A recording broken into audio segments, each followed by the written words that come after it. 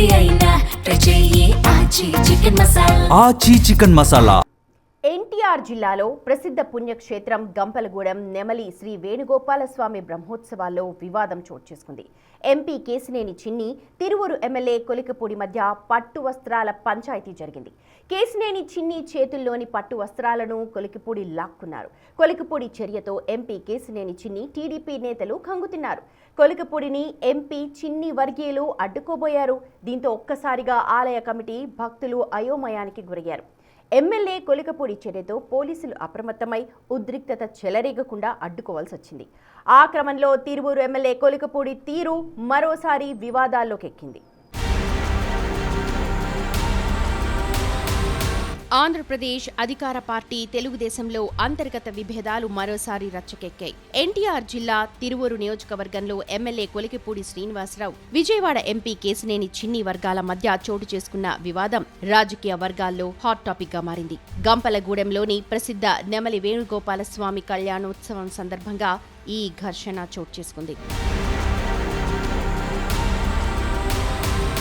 స్వామివారికి పట్టు వస్త్రాలు సమర్పించే విషయంలో ఎమ్మెల్యే కొలికపూడి శ్రీనివాసరావు మరియు ఎంపీ కేశినేని చిన్ని అనుచరుల మధ్య ప్రోటోకాల్ వివాదం రచ్చకు దారితీసింది. స్థానిక ఎమ్మెల్యేగా తనకే ప్రాధాన్యత ఉండాలని కొలికపూడి వర్గం, పార్లమెంట్ సభ్యుడిగా తమ నేతకే గౌరవం దక్కాలని చిన్ని వర్గం పట్టుబట్టాయి.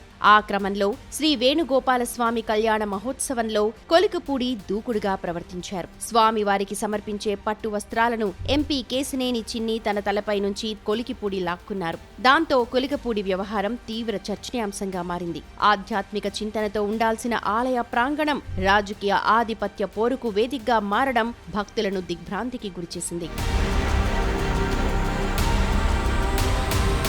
మాటల యుద్ధంతో మొదలైన ఈ వివాదం తోపులాటగా మారింది. ఇరు నాయకుల అనుచరులు ఒకరినొకరు దూషించుకుంటూ బాహాబాహీకి దిగారు. దేవుడి కళ్యాణం జరుగుతోన్న సమయంలోనే ఇరు వర్గాల మధ్య ఘర్షణ జరగడం వల్ల ఆలయ పవిత్రత దెబ్బతిన్నదని స్థానికులు ఆగ్రహం వ్యక్తం చేస్తున్నారు. పోలీసులు జోక్యం చేసుకుని సర్ది చెప్పే ప్రయత్నం చేసినప్పటికీ ఉద్రిక్తత చల్లారలేదు. గతంలో కూడా తిరువూరు నియోజకవర్గ అభివృద్ధి పనులు మరియు ఇతర కార్యక్రమాల విషయంలో వీరిద్దరి మధ్య పచ్చగడ్డి వేస్తే భగ్గుమనే పరిస్థితి ఉంది.